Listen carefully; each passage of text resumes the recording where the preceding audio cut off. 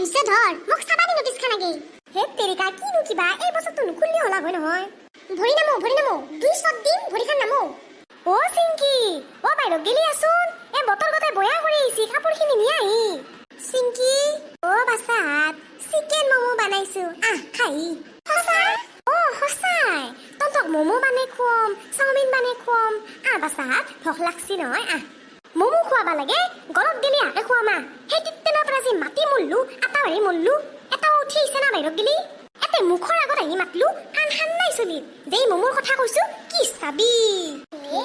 এ মাই যাচোন যায় পাৰা ডিষ্টাৰ্ব নেবি যাচোন যা এ মাই এক কাপ চাহ দিবিচোন ডিঙিতে কিবা খুৰখুৰি আছে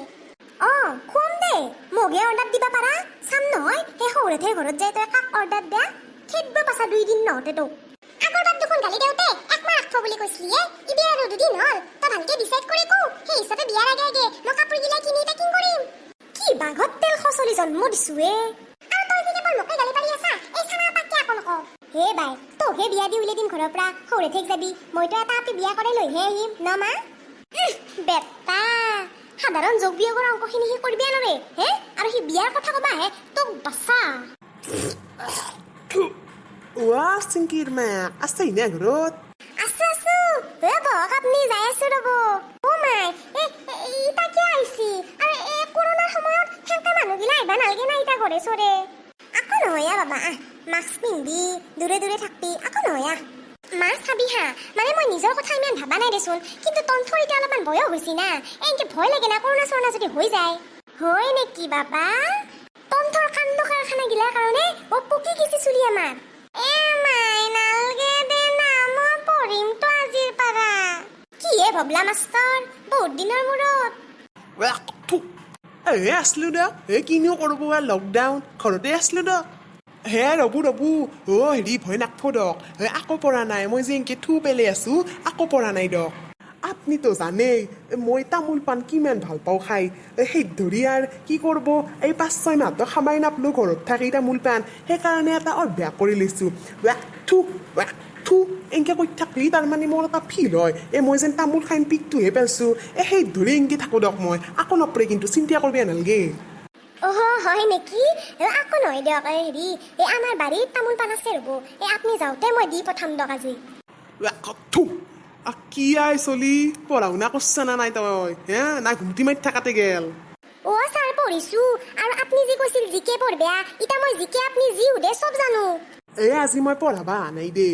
ভাবলো এটা খবৰ লৈ যাওঁ আহিম দে নেক্সট সপ্তাহৰ পৰা হেৰি আপুনি যাওক তামোল পাণ কেইজনমান লৈ আহক আপুনি অলপ পঢ়ক আপোনামান কিবা কিবি সোধক মই আহি আছো দক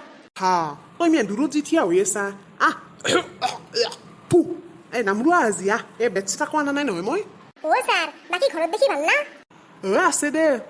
শুন তোক মই কেইটামানতে প্ৰশ্নই সুধো দে মায়েৰে আগ গেলি না কি ক ছাৰ সোধক দেচোন দে তই কওঁ আমাৰ ৰাষ্ট্ৰপতিৰ নাম কি ৰ'ব ছাৰ হেৰি মই জানিছিলো ৰ'ব কালি পঢ়িছিলো টিভিতে দেখা পাইছিলো ৰ'ব কালি ছাৰ নৰেন্দ্ৰ মোদী কাম পুইলা চিনি পা তই বান্দাৰ দেচোন দে কওঁ প্ৰধানমন্ত্ৰী কোনিতে ছাৰ মমতা বেনাৰ্জী খালা কি জিকে পঢ়ছি বোলে খালা কি